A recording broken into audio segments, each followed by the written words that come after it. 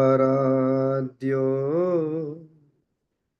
भगवान् व्रजेश तनया तद्धाम वृन्दावनम् रम्या काचिदुपासना व्रजवधो वर्गेण या कल्पिता श्रीमद्भागवतं प्रमाणममालम्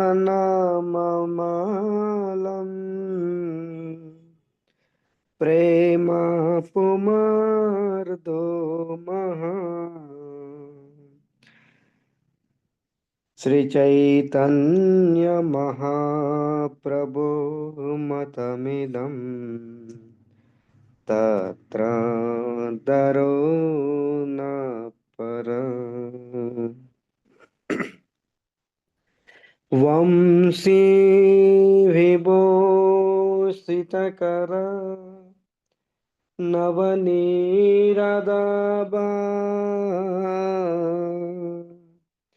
पीताम्बरधरुणबिम्बफलदरोष्ट पूर्णेन्दुसुन्दरमुख अरविन्दनेत्र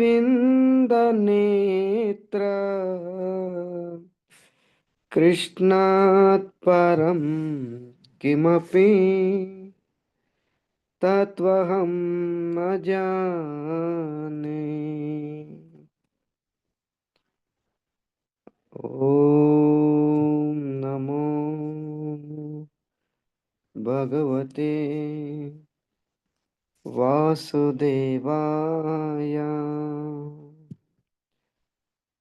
ॐ नमो भगवते वासुदेवाय।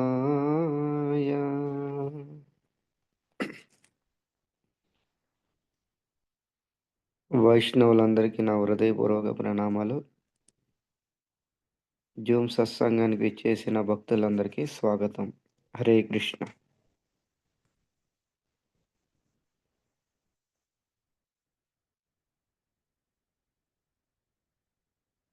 సో ఈరోజు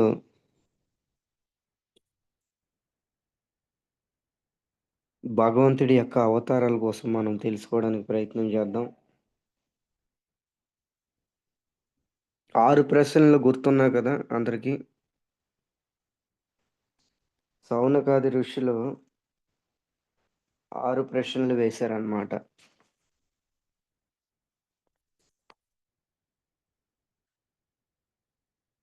ఆరు ప్రశ్నలు గుర్తున్నాయి కదా అందరికీ? నోట్ చేసుకున్నారా 6 ప్రశ్నలు ఏంటో? ఎస్ ప్రభుజీ, ఆ రోజు ప్రభుజీ పంపించారు సురేష్కి.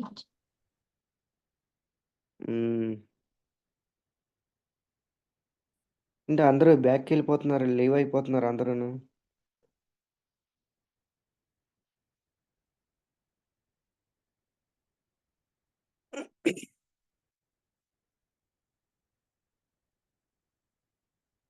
మెసేజ్ పెట్టండి మాతాజీ. తులసి వచ్చారు అందరూ, మళ్ళీ లీవ్ అయిపోయారు. పెడతాను.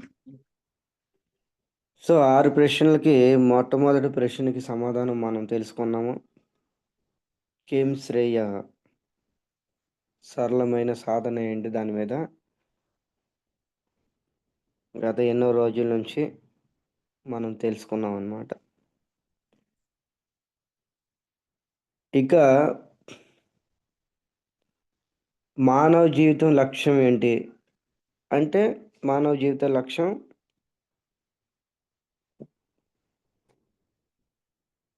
హరినామ సంకీర్తన చేయడమే. కిం శ్రేయ తర్త అంటే శాస్త్రం యొక్క సారం ఏంటంటే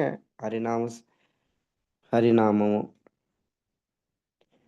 ఇక మూడోది ప్రశ్నకి జవాబు మనం ఈరోజు తెలుసుకోవడానికి ప్రయత్నం చేద్దాం. భగవంతుడి యొక్క అవతారాలు ఎన్ని? అవతారాల యొక్క ప్రయోజనం ఏమిటి? భగవంతుడి అవతారాలు ఉన్నవి, మరి ఆ అవతారాల యొక్క ప్రయోజనం కూడా మనం తెలుసుకోవడానికి ప్రయత్నం చేయాలన్నమాట. భగవంతుడి యొక్క అవతారాలు ఎన్ని ఉన్నాయి? ఎన్ని తెలుసా ఎవరికైనా? అన్లిమిటెడ్ భాగవతంలో ఉమ్, అన్లిమిటెడ్ అనంతమైనది. అన్లిమిటెడ్, కానీ భాగవతంలో కొన్ని ఇవ్వడం జరిగిందనమాట. ఇన్ననేసి భాగవతంలో చెప్పారు సౌతు గోస్వామి. 22 చెప్పారు ప్రభుజీ. 24 24 అవతారాల కోసం చెప్పడం జరిగింది మాతకి. ఆ అవతారాలు ఎన్ని, అవతారాల యొక్క ప్రయోజనం కూడా మాకు చెప్పండి అని చెప్పారనమాట, ప్రశ్న ఇచ్చారనమాట. సో వీలైనంత మట్టుకు మనం ఈ అవతారాల కోసం మనం తెలుసుకోవడానికి ప్రయత్నం చేద్దాం. అవతార అంటే ఏమిటి? ముందు ఇది తెలుసుకుందాం. అవతార అంటే ఏంటి? అవతార అంటే ఏంటి? ఇది సంస్కృతం వాక్యం అన్నమాట. అవతార్, అవతార్. పద్మావతి మాచేది అవతార్ అంటే ఏంటి మీకు ఐడియా ఉందా? అవతార్ దేన్ని అంటారు?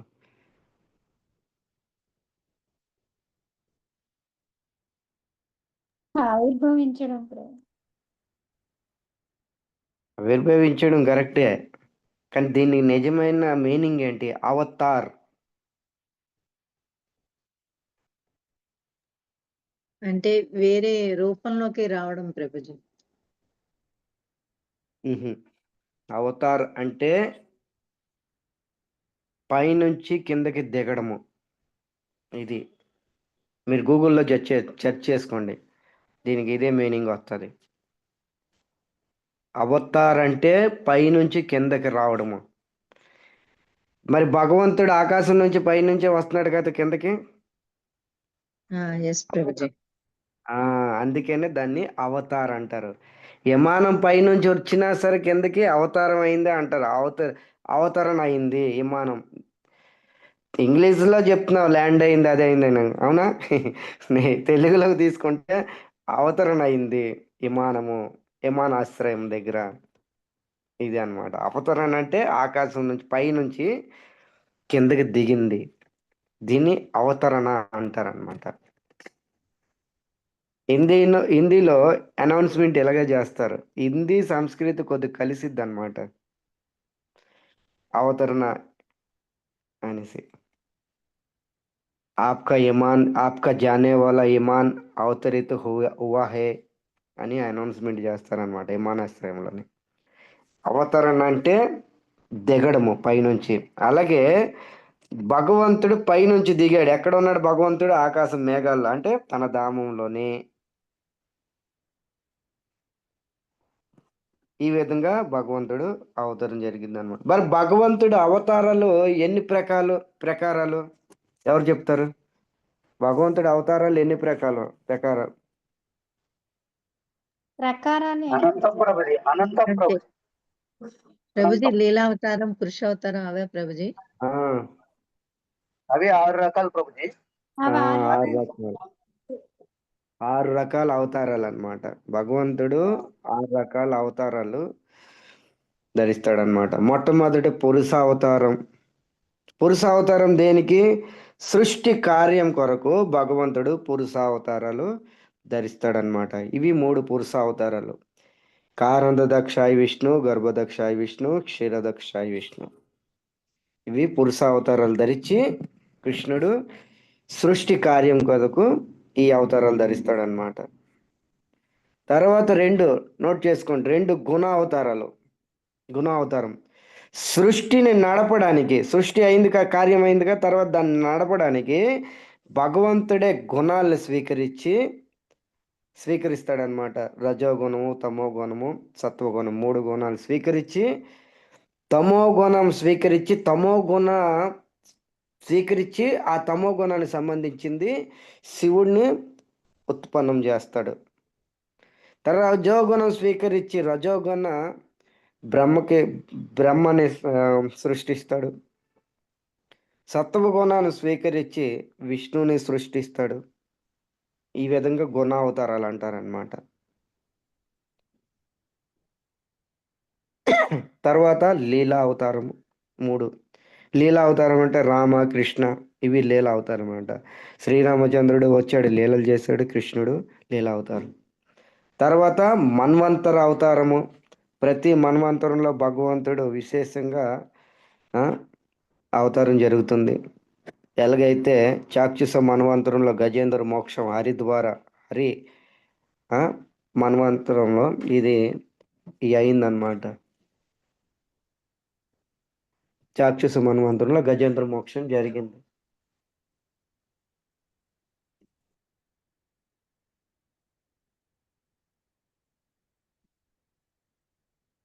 పెట్టేసాక ప్రభుజీ తర్వాత యుగ అవతారాలు కదా.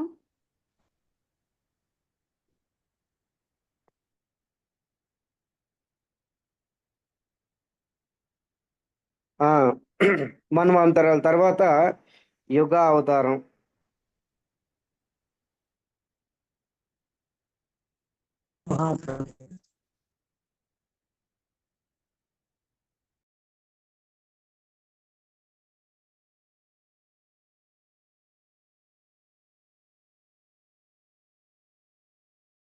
అంటే దీని అర్థం ఏంటంటే భగవంతుడు ఈ భూమి మీద విశేషమైన కార్యం చేయాలనుకునేటప్పుడు ఒక పవిత్ర శుద్ధ జీవిని ఎంచుకొని తన శక్తినంతా చేస్తాడనమాట. భగవంతుడిలో ఉన్న శక్తి అంతా చేపిస్తాడనమాట. ఇది శక్త్యావేశ అవతారం అన్నమాట. ఎలాగైతే పృథు మహారాజు, వ్యాసముని, నారద మహర్షి ఇలాంటి వాళ్ళందరూ కూడా భగవంతుడి యొక్క శక్త్యావేశ అవతారాలు అన్నమాట. ఇవి 6 రకాల అవతారాలు. అవతార్ అంటే గుర్తుంది కదా. అవతార్ అంటే దేన్ని అంటారు? పైనుంచి దిగడము. దీన్ని అవతార్ అంటారనమాట. గుర్తుంచుకోవాలి ప్రతిదీ కూడాను. చాలా ఇంపార్టెంట్ పాయింట్లు మీరు ఎందుకనే ఎప్పుడు వినని పాయింట్లు మీకు వెతికి మీకోసం చెప్తున్నాను అనమాట. సో ఈ విధంగా భగవంతుడు అవతరిస్తాడనమాట. ఆ అవతారాలు 24 అవతారాలు శ్రీమద్ భాగవతంలో వ్యాసముని రచించగా సూత గోస్వామి సౌనకాది ఋషులకి చెప్తున్నారనమాట. ఈ అవతారాలన్నీ కూడా కోటాను సంవత్సరాల ముందే వేదాల్లోని చెప్పడం జరిగింది. ఈ అవతారాలు ఏదో ఇప్పుడు చెప్పలే, చెరకకు ముందే కోట్ల సంవత్సరాలకు ముందే చెప్పడం జరిగిందనమాట. ఇది భగవంతుడి యొక్క విశేషత. కానీ కలియుగంలో కొంతమంది నేనే భగవంతుడిని ప్రచారం చేస్తూ ఉంటారనమాట. నేను భగవంతుణ్ణి అని. అప్పుడు మనం వాళ్ళకి చెప్పాలన్నమాట, అడగాలి, నువ్వు భగవంతుడు అన్నావు కదా, మరి నీ అవతారం కోసం వేదాల్లో శాస్త్రాల్లో చెప్పడం జరిగింది అనేసి. జనాల్ని మోసం చేస్తారు వీళ్ళందరూను. ఎంతమంది అయితే ఇలా చేసి మాయలో పెడుతున్నారు జనాలందరినీ, వాళ్ళు మనం అడగాలి. కానీ వాళ్ళని ఏం అనలేము మనము. కానీ జనాలకి కొద్దిగా బుద్ధి ఉండాలి. నీ అవతారం అంటున్నావు, ఏ శాస్త్రం ఏ వేదంలో చెప్పడం జరిగింది నీ అవతారం కోసం? వాళ్ళు మాయలో పడి వాళ్ళ యొక్క మాటలే వింటున్నారన్నమాట. భగవంతుడు ప్రతి అవతారంలో కూడా ప్రతి ఒక్క విశేష కార్యం చేస్తూ ఉంటాడనమాట.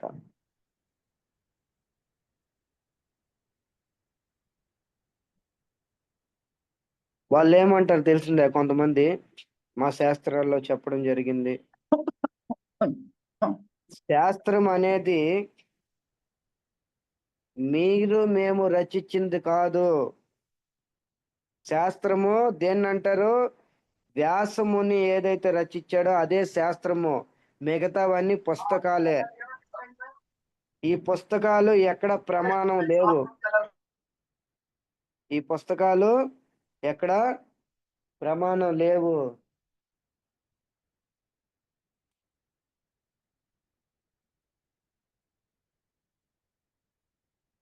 శాస్త్ర ప్రమాణం అయి ఉండాలి, వేద ప్రమాణం అయి ఉండాలి. భగవంతుడు అవతరిస్తే అద్భుత కార్యాలు చేస్తాడనమాట. ఉదాహరణకి గోవర్ధన లీల పర్వతము, గోవర్ధన లీలలో గోవర్ధన పర్వతం ఎత్తాడనమాట. 7 రోజులు 7 రాత్రులు 7 పగలు ఎడమ చేతి చిటికిన వేలి మీద గోవర్ధన పర్వతం ఎత్తి చూపించాడు అనమాట. అద్భుతమైన పరాక్రమం చూపించాడు. మరి ఈ రోజుల్లో ఎంతమంది అయితే బాపాలు చెప్తున్నారు నేను భగవంతుని అనేసి, వాళ్ళకి మా గురువు మహారాజు ఏం చెప్తున్నారంటే, ఎవరైతే భగవంతుడు అన్నారు మీరు గోవర్ధన పర్వతం కాదు, ఒక గుమ్మడికాయ పట్టుకొని 1 గంట నిలబడండి చిటికిన వేలి మీద పెట్టుకొని, అప్పుడు నేను నమ్ముతాను భగవంతుడు అనేసి. వాళ్ళు భగవంతుడని జనాల్ని మోసం చేస్తున్నారు అనమాట. శాస్త్ర ప్రమాణం అయి ఉండాలి. ఏదైనాను మాట్లాడామంటే, ఏదైనా చెప్పుకున్నామంటే శాస్త్ర ప్రమాణం అయి ఉండాలి.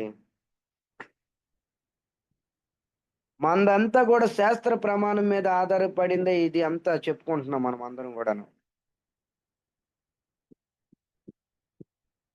భగవంతుడు అవతరిస్తే అద్భుత కార్యాలు చేస్తాడు. గోవర్ధన పర్వతం ఇస్తాడు. తర్వాత చనిపోయిన వాళ్ళకి జీవదానం ఇస్తాడు, జీవనదానము. శాండిపి ముని ఆశ్రమంలో తన పుత్రుడు చనిపోతే యమధర్మరాజుకి యమలోకానికి వెళ్ళి ఆ మరణించి ఉన్న ఆ ముని కుమారుని, గురువు గారి పుత్రుడిని తీసుకొని వచ్చాడు అనమాట. ఇది అద్భుత కార్యం అంటే. తర్వాత దివ్యమైన ఉపదేశం చేస్తాడు ఆయన. దివ్యమైన ఉపదేశం, గీత భాగవతం ఇలాంటి దివ్యమైన ఉపదేశం చేస్తాడు. ఆ ఉపదేశము 4 యుగాల వరకు ఆ యొక్క ప్రభావం ఉంటుంది. సత్య, త్రేత, ద్వాపర, కలి 4 యుగాల వరకు ఆ యొక్క ఉపదేశం యొక్క పవరు 4 యుగాల వరకు ఉంటుంది. తర్వాత భగవంతుడి విశేషం ఏం చూపిస్తాడు? తన విశ్వరూపాన్ని చూపిస్తాడు అనమాట. ఎలాగైతే అర్జునుడికి చూపించాడు విశ్వరూపం, ఎలాగైతే యశోదమాతకి విశ్వరూపం చూపించాడు, ఎలాగైతే కురు సభలోని కౌరవులందరికీ దుర్యోధనుడు బందీ చేయాలనుకుంటే వాళ్ళందరికీ కౌరవ సభలోనే వాళ్ళందరికి కూడా విశ్వరూపం చూపించాడు.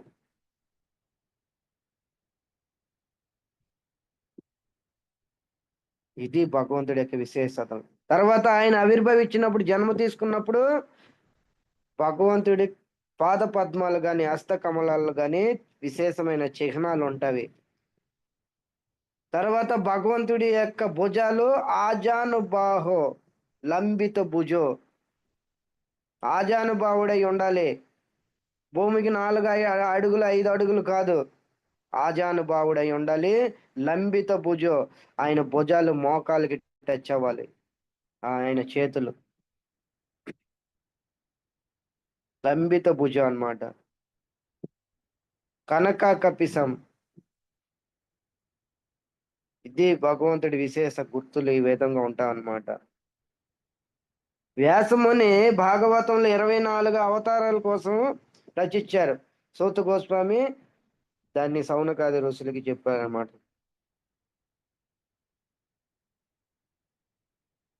ఈ 24 అవతారాల గురించి చెప్పిన తర్వాత ఈ విధంగా అన్నారనమాట. ఏ మునులారా, నేను 24 అవతారాల గురించి చెప్పాను, కానీ ఇవన్నీ కూడా ఏతే ఛాన్స కళా పుంస కృష్ణస్తు స్వయం భగవాన్. ఇది శ్రీమద్ భాగవతము ప్రథమ స్కందము 3వ అధ్యాయము 28వ శ్లోకము. ఏతే ఛాన్స కళా పుంస,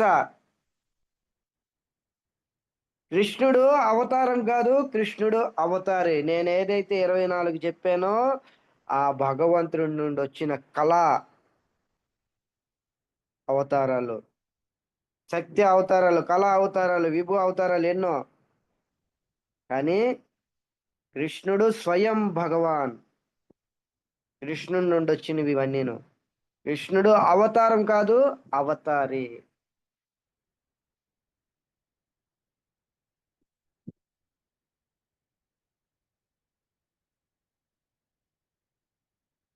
ఈ విధంగా చెప్తున్నారన్నమాట.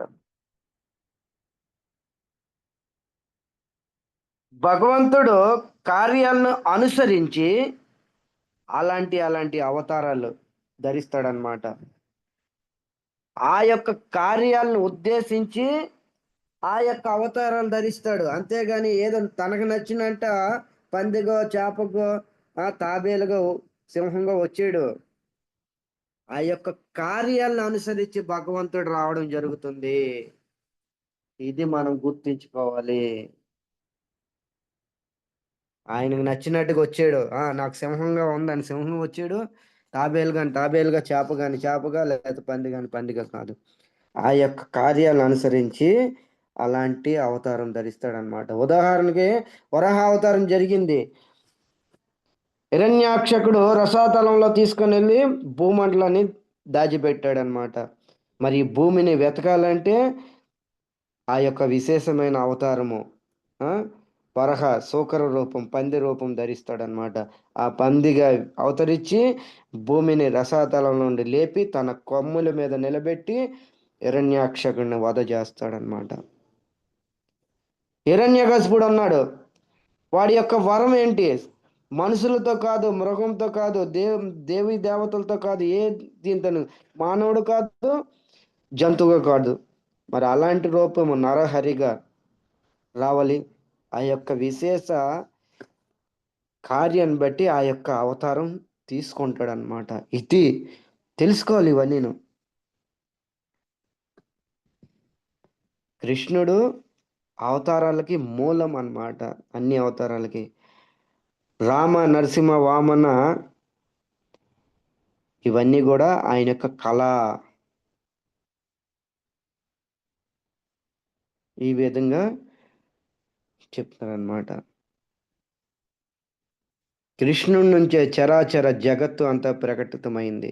అందుకనే కృష్ణ నామం జపిస్తే చాలు సమస్త అవతారాల్ని కీర్తించినట్టుగా, అందరినీ పూజ చేసినట్టుగా ఫలిస్తుందన్నమాట.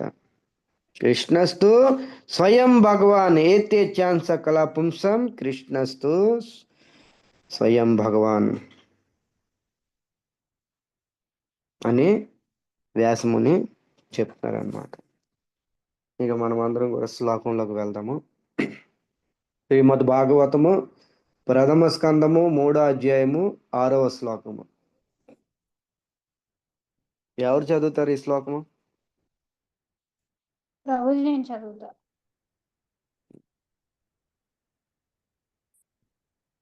చదవండి. శ్లోకం కదా ప్రభుజీ? 3:6. ఓకే ప్రభు. సయేవ ప్రతాత్మదేవ కౌమారం సర్గమాశ్రితః చచార దుశ్శరం బ్రహ్మచర్యం అఖండితం. అది కూడా చదవండి. తెలుగు అనువాదం, భాష్యం కాకుండా అనువాదం.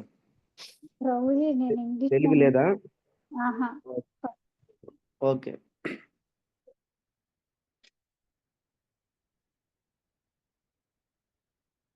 ఇంగ్లీష్ లో చదివేనా ప్రభుజీ? నా దగ్గర నేను చదవనా ప్రభుజీ? చదవండి. ఋషులు పలికిరి, ఓ సూత గోస్వామి, వీరు సంపూర్ణముగా దోషరహితులు. ధర్మశాస్త్రములందు పురాణ ఇతిహాసములందు వీరు నిష్ఠాతులైనట్టి వారు. ఆ శాస్త్రములు అన్నింటినీ మీరు సరియైన నిర్దేశములో అధ్యయనము చేయుటయే కాక ప్రవచించి యుండుటయే అందులకు కారణము.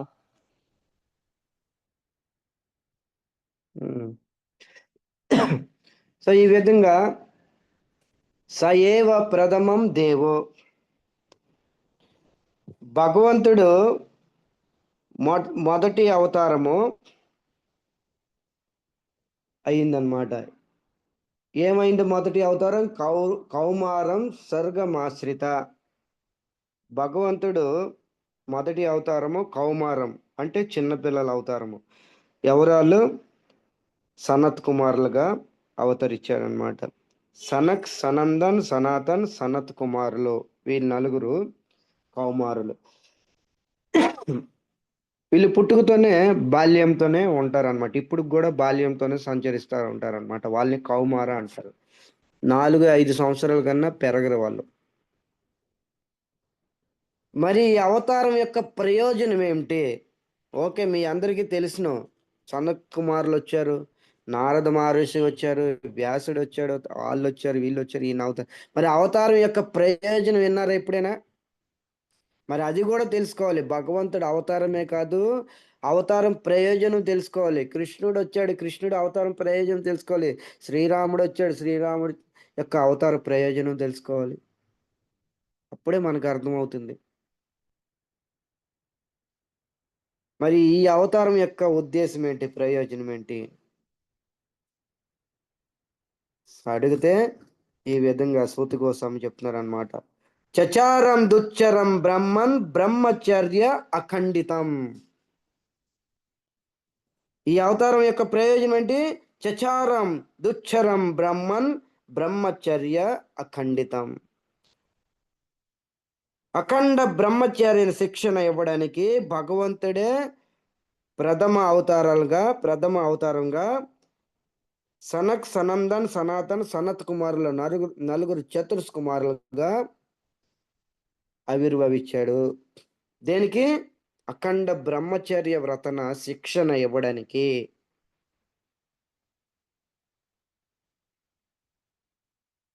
మనం అందరం కూడా భగవంతుడి యొక్క అవతారాల కోసం తెలుసుకోవాలన్నమాట. భగవంతుడు ఎందుకు అవతరిస్తున్నాడు, ఆయన వచ్చి ఏ ఏ క్రియకర్మల కార్యాలు చేశాడు తెలుసుకోవాలన్నమాట. మనకి మానవ జన్మ దొరికింది ఏం చేయాలి? బ్రహ్మచర్య వ్రతం పాలన చేయాలి. ప్రతి ఒక్కరు కూడా, స్త్రీలు పురుషులు అందరూ కూడా బ్రహ్మచర్య వ్రతం పాలన చేయాలి. ఈ యొక్క శిక్షణ ఇవ్వడానికే చతుర్స్ కుమారులుగా భగవంతుడే స్వయంగా ప్రథమ అవతారముగా వచ్చారనమాట. చూడండి, ఇక్కడ సూత గోస్వామి మీకు ఒక విషయం చెప్పడం మర్చిపోయాను. సూత గోస్వామి ఇక్కడ ప్రథమ అవతారం అంటే ఇక్కడ ప్రథమ అవతారం అనేసి లెక్క కాదు. భగవంతుడి అవతారాలు ఎప్పుడు ఎక్కడ ఎలా జరుగుతావో తెలియదు. ఏది ప్రథమ అవుతుందో తెలియదు, ఏది అంతిమ అవుతుందో ఇక్కడ సంఖ్య చెప్పలే. కానీ ఈ భాగవతం ప్రకారంగా ఇక్కడ ఒక క్రమ కావాలి కాబట్టి ఈ క్రమకి ఈ మొదటి ఇది జోడించుకొని వచ్చారనమాట. ప్రథమ అవతారము సనత్ కుమారులు, తర్వాత అవతారం తర్వాత అలాగనమాట. అంతేగాని ఇదే ప్రథమ అవుతాది అనేసి ఇది కాదు.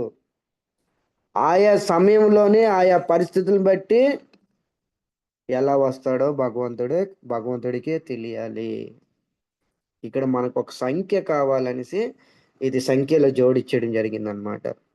కలువ పువ్వు మీ దగ్గర ఉంది, అష్టదళ పద్మం ఉంది మీ దగ్గర. అష్టదళ పద్మం అంటే 8 రేకులతో కలిగిన ఒక పువ్వు ఉంది, లోటస్. ఆ 8 రేకులు ఏది మొదటిది, ఏది 8 చెప్పండి మీరు. చెప్పలేం ప్రభు అలాగా. అలాగే ఇది కూడా అంతే. ఇది కూడా లెక్క చెప్పలేము, ఏది ముందవుద్దో ఏది వెనక్కి అవుద్దో. భగవంతుడి లీలలో భగవంతుడికి అర్థం కావాలి. ఒక సంఖ్య లెక్క కావాలంటే మీకు ఒక లెక్క ఇచ్చారు సూత గోస్వామి. చరాచరం దుచ్చరం బ్రహ్మన్ బ్రహ్మచర్య ఖండితం. అఖండమైన బ్రహ్మచర్యం పరిపాలించడానికి ఒక శిక్షణ మానవ జాతికి ఇవ్వడానికి భగవంతుడి చతుర్స్ కుమారులుగా ఆవిర్భవించాడు అనమాట. మానవ జన్మ దొరికింది భోగించడానికి కాదు, తపస్సు చేయడానికి. తపస్సు చాలా చాలా అవసరము మానవ జీవితానికి. తపస్సు అనేది చాలా ఇంపార్టెంట్ అన్నమాట. ఎవరైనా చెయ్యాలి. ప్రతి ఒక్కరు కూడా స్టార్టింగ్ ముందు తపస్సుతోనే విజయం సాధిస్తారనమాట. బ్రహ్మచర్య వ్రతం పాటించాలి. స్త్రీలైన పురుషులు ఎవరైతే బ్రహ్మచర్య వ్రతం పాటించారో వాళ్ళందరూ కూడా జీవితంలో సక్సెస్. భౌతికమా ఆధ్యాత్మిక కాదు, బ్రహ్మచర్య వ్రతం పాటించిన వాళ్ళందరూ కూడా తన యొక్క ఫీల్డ్లో సక్సెస్ అయ్యారనమాట. ఈ బ్రహ్మచర్య వ్రతం పాటిస్తే ఏమవుతుంది? దీని ద్వారా తేజస్సు పెరుగుతుంది, మన శరీరంలో తేజస్సు పెరుగుతుంది, స్మృతి శక్తి పెరుగుతుంది, జీవుడు సత్వగుణముల స్థితి అయి ఉంటాడు. ఇవన్నీ ఉపదేశాలు జీవితంలో ధరిస్తాడనమాట. ఈ ప్రపంచంలో ఎంతమంది అయితే సక్సెస్ అయ్యారో వాళ్ళందరూ కూడా బ్రహ్మచర్య వ్రతం పాటించిన వాళ్ళే. ఇందులో మొట్టమొదటిగా వస్తారు భీష్మాచార్యులు. బ్రహ్మచర్య వ్రతం, అఖండ బ్రహ్మచర్య వ్రతం పాటించాడనమాట. అందుకనే ఆయన యొక్క ఫీల్డ్లో సక్సెస్ అయ్యాడనమాట.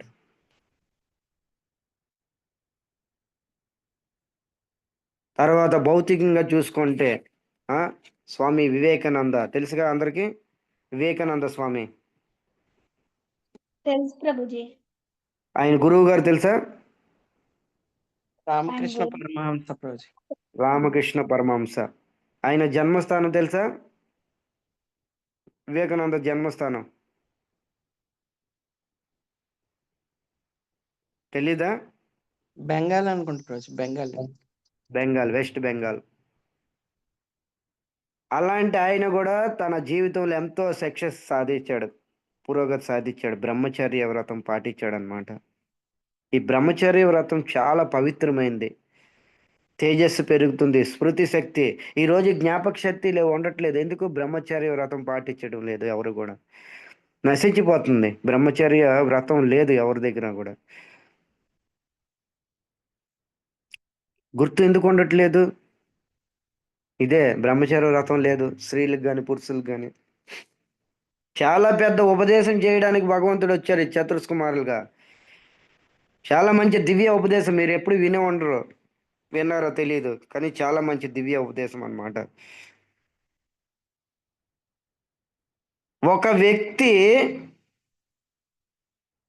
ఈ బ్రహ్మచర్య వ్రతం ఎలా ఉంటుందంటే, ఒక వ్యక్తి వీర్యము 4 రోజులు భోజనంతో సమానము. శాస్త్ర ప్రమాణము, సైన్స్ కూడా చెప్తుంది ఇది. ఒక వ్యక్తి వీర్యము 4 రోజులు భోజనంతో సమానము. ఎవరైతే వీర్యము పతనం అవకుండా, స్థలితం అవకుండా సురక్షంగా ఎవరైతే కాపాడుకుంటారో వాళ్ళు చాలా తేజస్సుగా ప్రసిద్ధి చెందుతారు. వాళ్ళ యొక్క శరీరం నుండి తేజస్సు పెరుగుతుంది, వాళ్ళ వాణి యొక్క తేజస్సు పెరుగుతుంది, తర్వాత వాళ్ళకి శక్తి పెరుగుతుంది, బుద్ధి, మేధాశక్తి సమస్తము గుర్తుంటాం అన్నమాట. సత్వగుణంలో స్థితుడై ఉంటాడు వాళ్ళు. ఇది ఈ యొక్క బ్రహ్మచర్య వ్రతము ఉపదేశించడానికే చతుర్స్కుమారులు వచ్చారనమాట. 4 రోజులు భోజనంతో సమానము. ఒక వ్యక్తి యొక్క వీర్యము, సైన్స్ చెప్తుంది 4 రోజులు భోజనం చేస్తే ఒక వ్యక్తి వీర్యము 20 గ్రాములు తయారవుతుంది. సైన్స్ ప్రమాణము. ఈరోజు సైంటిస్టులు కూడా స్టడీ చేశారు. కోటాను సంవత్సరాల క్రితము కపిల ముని కూడా చెప్పాడు అనమాట. శ్రీమద్ భాగవతం 3వ స్కందం మీరు చదవండి. కానీ ప్రతి ఒక్కరు కూడా వీర్య స్థలితం చేసుకుంటున్నారు అనమాట స్త్రీ సంభోగం ద్వారా.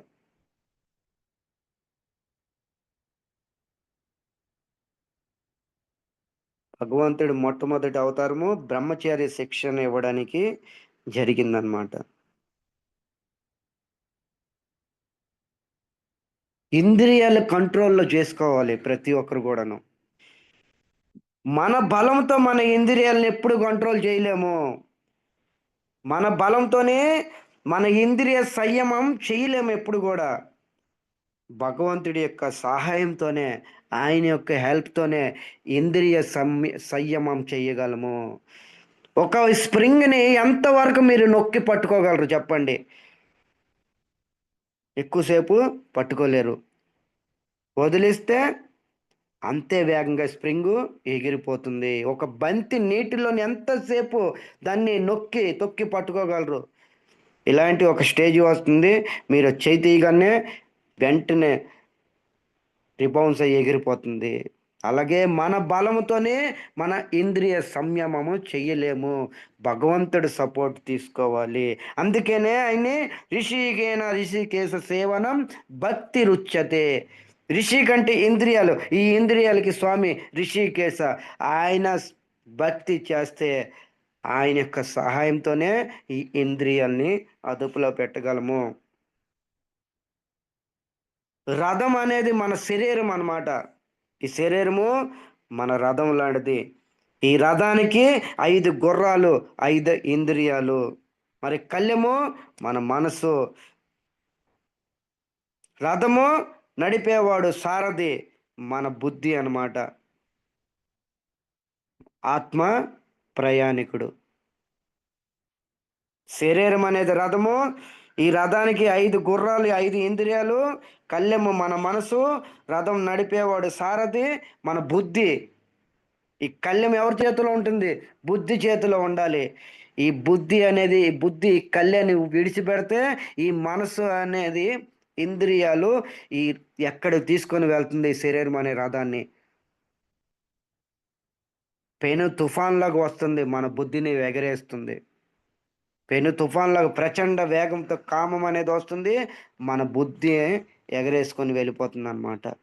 అప్పుడు ఈ శరీరం అనే రథం ఎక్కడికి వెళ్ళి పడుతుందో తెలీదు. ఏ నరకాన పడుతుందో, ఏ పాతాళంలో పడుతుందో. అందుకని ప్రతి ఒక్కరు కూడా బ్రహ్మచర్య వ్రతము పాటించాలి.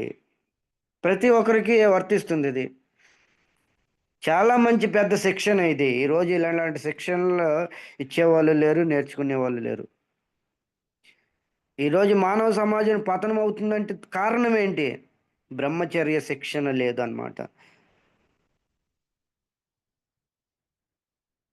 సినిమాలు చూసి, వీడియోలు చూసి వీరే స్థలితం చేసుకుంటున్నారు. స్త్రీ పురుషులు పతనం అవుతున్నారు. కామమే పెద్ద సుఖం అనుకుంటున్నారు. ఈ కామ వాంఛనలో పడి తన మానవ జీవితం నాశనం చేసుకుంటున్నారు. విలువైన జీవితం, ఎంతో అమూల్యమైన జీవితాన్ని నాశనం చేసుకుంటున్నారు అన్నమాట. ఇదే పెద్ద సుఖం అనుకుంటున్నారు. పెద్ద పెద్ద ధర్మవేత్తలు ఉన్నారు ఈ సమాజంలో, ఈ కలియుగంలోని. కోరిక వస్తే వెంటనే తీర్చుకోవాలనేసి.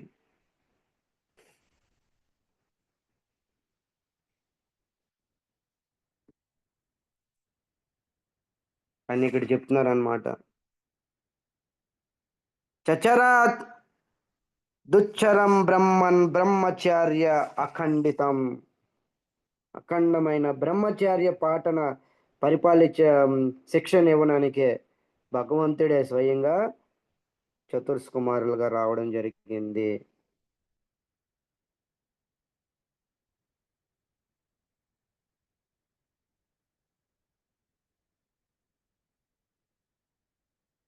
ఈ బ్రహ్మచర్య వ్రతం అనేది చాలా చాలా ఇంపార్టెంట్ అన్నమాట. ప్రతి ఒక్కరు కూడా పాటించాలి.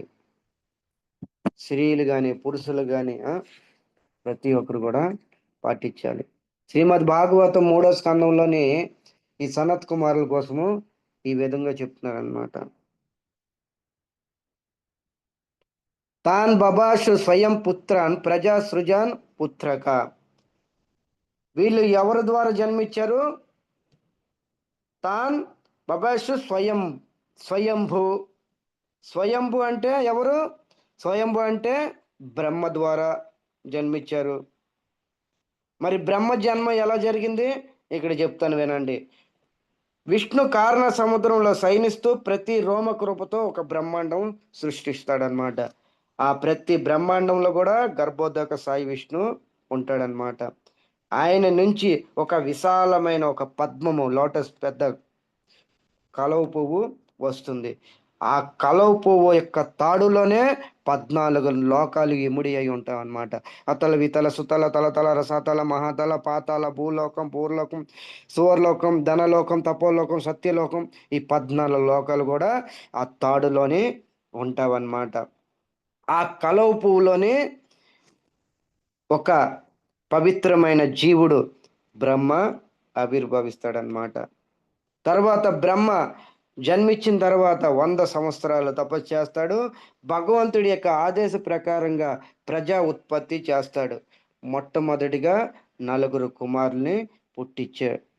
పుట్టించాడనమాట. పుట్టించి వాళ్ళకి ఆదేశించాడనమాట.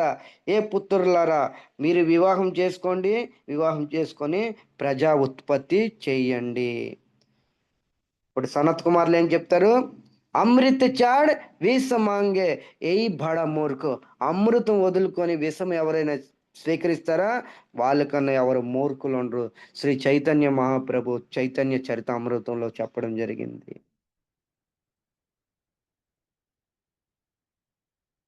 ప్రజా ఉత్పత్తి మేము చేయమన్నారు. నా ఇచ్చాన్ మోక్ష ధర్మాన్. హే బ్రహ్మదేవ, మీరు ఏదైతే చెప్పారో అంతా వింటాము, కానీ వివాహం మాత్రం మేము చేసుకోము. మోక్షం కోసము వివాహం చేసుకోమన్నారనమాట. మోక్ష ప్రాప్తి కోసం మేము మోక్షం కోసము ఆరాడపడుతున్నాం. తానిచ్చాన్ మోక్ష ధర్మం. మోక్ష ధర్మం కోసము వివాహాన్ని త్యాగం చేస్తాము మేము.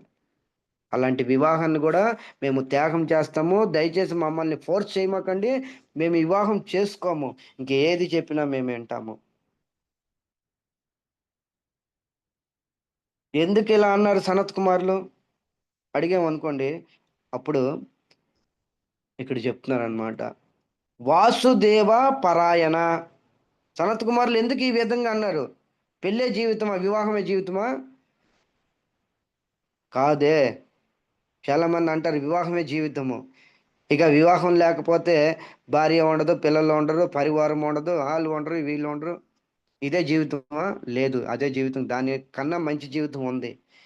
ఇంద్రియాలను అదుపులో పెట్టని వాళ్ళు వివాహము. ఇంద్రియాలను అదుపులో పెట్టుకునే వాళ్ళు, ఇంద్రియ సంయమ చేసేవాళ్ళు ఈ ఈ యొక్క బ్రహ్మచర్య వ్రతము జీవితాంతరం పాటిస్తారనమాట. సో వివాహం అయిపోయిన తర్వాత కూడా బ్రహ్మచర్య వ్రతం కూడా పాటించవచ్చు. ఇది వివాహం గృహస్థులకే కాదు, సారీ, బ్రహ్మచార్యులకే కాదు, సన్యాసులకే కాదు, అందరికీ. ఈ బ్రహ్మచర్య వ్రతం అంటే అందరికీ, 4 వర్ణాల వాళ్ళకి కూడా వర్తిస్తుంది అనమాట ఈ బ్రహ్మచర్య వ్రతం. బ్రహ్మచర్య వ్రతం అంటే తన వీర్యాన్ని తన కాపాడుకోవడము, స్థలితం చేసుకోకుండా. ఈ వీర్యాన్ని కాపాడితే తేజస్సు పెరుగుతుంది, స్మృతి శక్తి పెరుగుతుంది, రాబోయే జీవితంలో ప్రచారం చేయగలరు. ఇక నీకే వీర్య స్థలితం చేసుకుంటే ఇక నువ్వేం ప్రచారం చేస్తావు? నీకేం గుర్తుంటుంది ఇవన్నీ? నువ్వేం చేయగలవు ఇవన్నీ? అందుకనే బ్రహ్మచర్య వ్రతం పాటించాలి. ఈరోజు సనత్ కుమార్లు కూడా తిరస్కరించారనమాట. మేము వివాహం చేసుకోము. ఎందుకు అంత పెద్ద నిర్ణయం తీసుకున్నారు? వాసుదేవ పరాయణ. అద్భుతంగా చెప్తున్నారనమాట సూత గోస్వామి. వాసుదేవ పరాయణ. ఎవరు మనసు బుద్ధి అయితే వాసుదేవుడి మీదకి వెళ్ళిపోతుందో ఆ వ్యక్తి జీవితాంతరం ఒంటరిగా బ్రతకడానికి నిర్ణయించుకుంటాడు. అంతేగాని ఈ సంసార బంధంలో పడిపోయి 1కి 2, 2కి 4, 4కి 8 అని బంధాలు పెంచుకోవడానికి నిర్ణయించుకోడు వాడు. ఆ వ్యక్తి నిర్ణయించుకోడు. ఏ వ్యక్తికైతే వాసుదేవ పరాయణం, ఏ వ్యక్తికైతే ఆయన యొక్క మనసు, ఆయన యొక్క బుద్ధి భగవంతుడి మీద పాదపద్మాల దగ్గరికి వెళ్ళిపోయిందో వాడి జీవితాంతరం ఒంటరిగా జీవిస్తాడు. కానీ ఒంటరితనం ఎప్పుడు కూడా అనుభూతి పొందడు. ఎందుకు? ఆయన మనసు బుద్ధి భగవంతుడి దగ్గరికి వెళ్ళిపోయింది. ఒంటరితనం ఫీల్ అవ్వడు జీవితంలోని. ఒంటరిగా ఎవరు ఫీల్ అవుతారు? కర్మిష్టిలే ఫీల్ అవుతారు. భక్తుడు ఎప్పుడు ఒంటరితనం ఫీల్ అవ్వడు. ఇది అన్నమాట.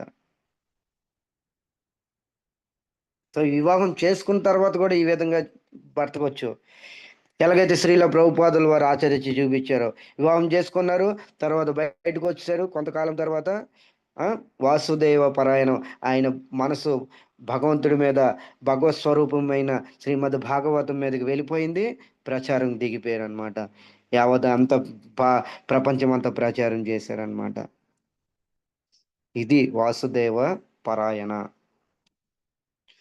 ఇది స్టార్టింగ్ నుంచి చేయొచ్చు, వివాహం చేసుకున్న తర్వాత కూడా చేయొచ్చు అనమాట.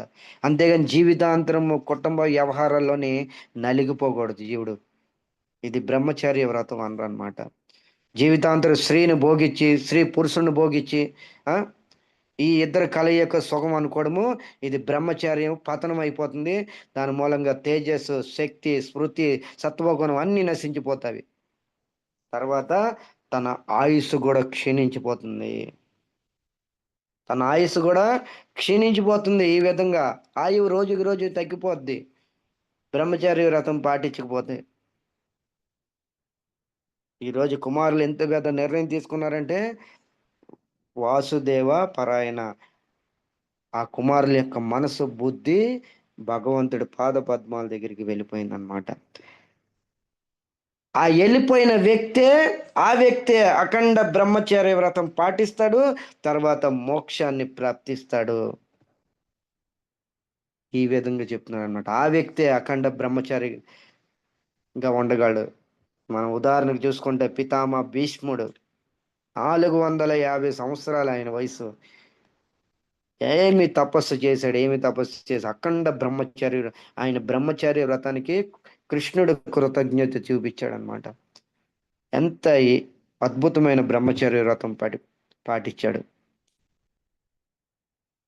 ఎప్పుడు ఒంటరితనం ఫీల్ అవ్వాలి. ఎందుకు? ఆయన మనసు, బుద్ధి బాగా భగవంతుడి మీదకి వెళ్ళిపోయిందనమాట.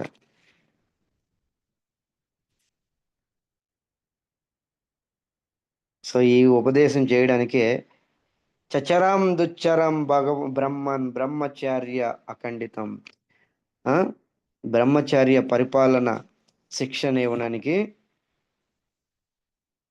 ఈ భగవంతుడే స్వయంగా కుమారులుగా వచ్చారనమాట. కుమారులు ఎంత పవిత్రమైన జీవితం గడిపారు, ఇంత పవిత్రమైన వాళ్ళు. అందుకే భగవంతుడు వీళ్ళ ద్వారా ఒక సాంప్రదాయాన్ని ఏర్పాటు చేశాడనమాట, నిర్మాణం చేయడం జరిగింది. ఆ సాంప్రదాయమే కుమార సాంప్రదాయం అంటారు. ఈ రోజుకి కూడా ఉంది. 4 సాంప్రదాయాలు మనవి: శ్రీ సాంప్రదాయము, బ్రహ్మ సాంప్రదాయము, లింగ సాంప్రదాయము, కుమార సాంప్రదాయము. ఈ కుమార సాంప్రదాయము ఈ రోజు కూడా ఉంది. ఈ రోజు కూడా కుమార సాంప్రదాయములోకి వెళ్ళి శుద్ధ భాగవతం, భగవద్గీత ఆచరణ చేస్తే భగవద్ధామానికి వెళ్తారు. ఈ కుమార సాంప్రదాయానికి ఛాన్సలర్ నింబకాచార్య. సో ఈ విధంగా కుమారులు యొక్క అవతరణ జరిగిందనమాట. భగవంతుడే చతుర్స్కుమారులుగా రావడం జరిగింది.